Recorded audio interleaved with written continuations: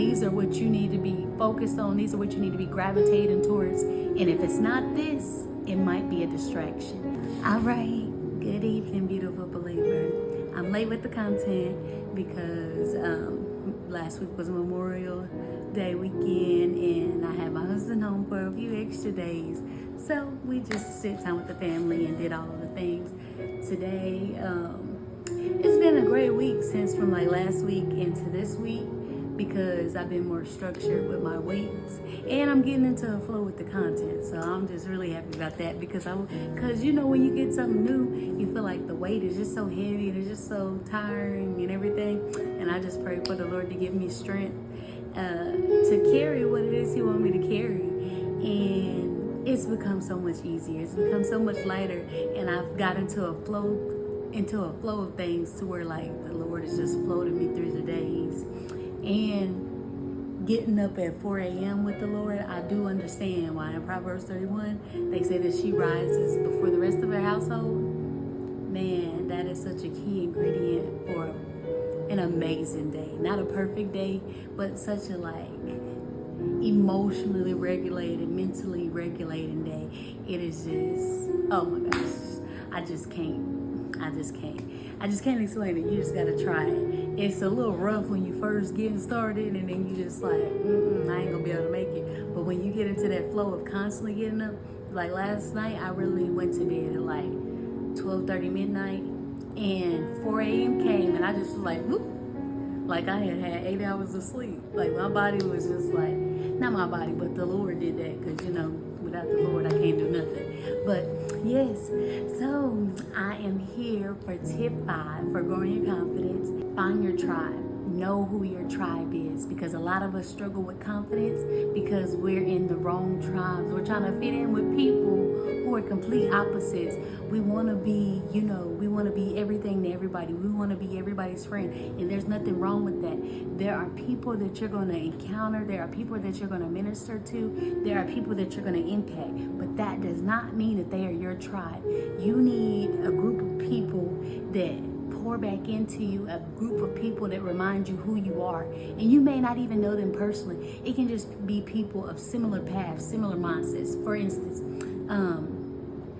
as I got back into content, I kept getting confused as to whether I was a content creator or what. And just because I release content doesn't mean that I'm a content creator. I may create content, but what is the goal of my content? Because if I just say that I'm a content creator, then I try to fit in with other content creators who are doing something completely different than me that doesn't really fit what I want to do. And it wasn't until the Lord started showing me on my page as like I started looking at the people that the Lord had aligned me with over the years, and what is the pattern? Why do you gravitate towards these people? Like, what do you see in them that mirrors you? And I realized they're speakers. The people that I love, they speak to inspire, they speak to educate. So I kept struggling with, okay, I need to be creating content. Do I need to be creating more of this? Do I need to be creating more of that? And God had to show me, okay, what are your gifts? And then I had to go through my gifts and I just wrote them down because I didn't understand why He was telling me to write down your gifts. What gifts did I give you? And I started writing them down and I was like, okay, He just want me to put that because I need to put it on my page. I need to, you know, that's just what I need to do. But He was preparing me for the moment that I would battle with whether I was a content creator or what. Like, who am I? Like, what am I doing with this social media thing? And He had to remind me, these are your gifts. This is what you do. These are what you need to be focused on. These are what you need to be gravitating towards. And if it's not this, it might be a distraction. Not to say that God can't use anything and everything, because there's different ways to use your gift. There's different ways to relay the same thing. But as far as like the different things that everybody else was doing, like the different trends, like all the different stuff, I was like, God, that ain't really what I'm trying to do. But everybody's making me think that this is what I need to do in order to get my page to where it needs to be. And it's just like, if you just can stay consistent in who you are and what I'm calling you to do, everything's going to work out. You don't need to try to fast track, because with me, everything's going to take time. So it was very important for me to grasp that. That way I could get out of this mindset of, okay, I need to be creating content like this. I need to be creating content like that. And that's the same with your tribe, the same with your friends. If you are someone who is ambitious, but a lot of the people that you hang around are not ambitious people, they will constantly tell you, oh, you're doing too much. Oh, there's something wrong with what you're doing. Oh, you're not doing the right thing, because that doesn't fit who they are. So instead of them realizing, okay, you probably not supposed to be with us, or maybe, you're not supposed to be with us in this way, they will try to destroy what is in you because they don't understand what it is. So that's why you need to know your tribe. And for me, that's been a little difficult for me, because even though I know who my tribe is, I'm not like a close-knit tribe person. I'm more of like a lone, I don't want to say lone wolf, but I'm more of like a lone ranger. It's usually just me and God. And every now and then when I need strength, I need to be able to tap back into community that can remind me of who I am. I know God reminds me of who I am, but it's different when like other people who understand who you are or are similar to who you are can understand that and help, encourage you and replenish you, and inspire you to get back up again. That is completely different. But if you're in the wrong tribe, some people may see you being less than yourself and not even realize it. Some people may not even recognize whatever gifts that you have. They may view it as bad, or even personality traits that you have. If you're a extrovert person and you're outgoing and all of the things, but you're hanging with a group of introverts or whatever, I don't even know if those are good words or not.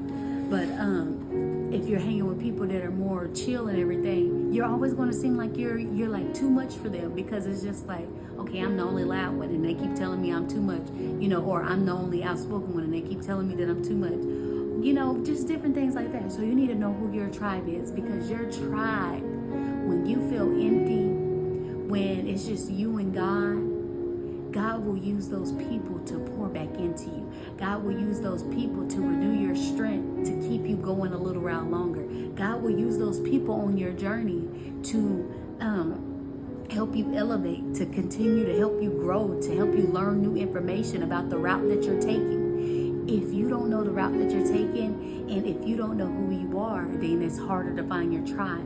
You will try to fit in with everybody. And I know that that's something that I keep saying, but it's because this world is full of copy and paste. There's so many people who have no idea who they are. So they just continue to follow trends. They continue to try to fit into everybody's groups and different things. And it just confuses them. It makes them feel like something's wrong with them. And the whole time, you're just with the wrong people. And there's nothing wrong with that. You just have to turn and begin to find your people.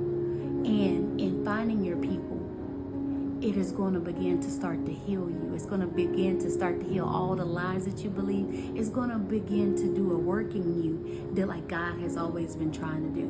Like, it's just like, even with like soldiers in war, if you are with people who are meant for peace and meant for negotiating, that might not go with somebody who's supposed to be going to war and fighting for the Lord, different things like that. There's so many examples that you can use. It's just finding your tribe, finding your people, finding people who bring out the best in you, finding people who don't try to pick you apart, but find the greatness in you and realize, or have the tools to help you get to where you're going, rather than pulling you back, delaying you, straying you, confusing you. Find your tribe. That is going to help you in your confidence journey. It's going to help you get more comfortable with realizing, okay, these people aren't for me. These people are for me.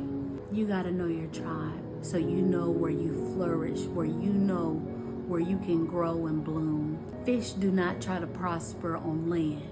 Dogs do not try to prosper in water. Eagles do not try to prosper swimming. Like, everybody knows where they're meant to be. If you're meant to fly, you need to be with people that's flying. If you're meant to crawl, you need to be with people that's crawling. If you're meant to walk, you need to be with people that's walking. If you are meant to run, you need to be with people that's running. You will begin to know your tribe as you know yourself. So that's why tip 2 was to begin to know yourself, Because if you don't know yourself, you don't know who your tribe is, and then you go along with anything and anybody. So that's it. That's the message. That's the word. I love you. May the peace and the blessings of the Lord be multiplied unto you greatly. Bye.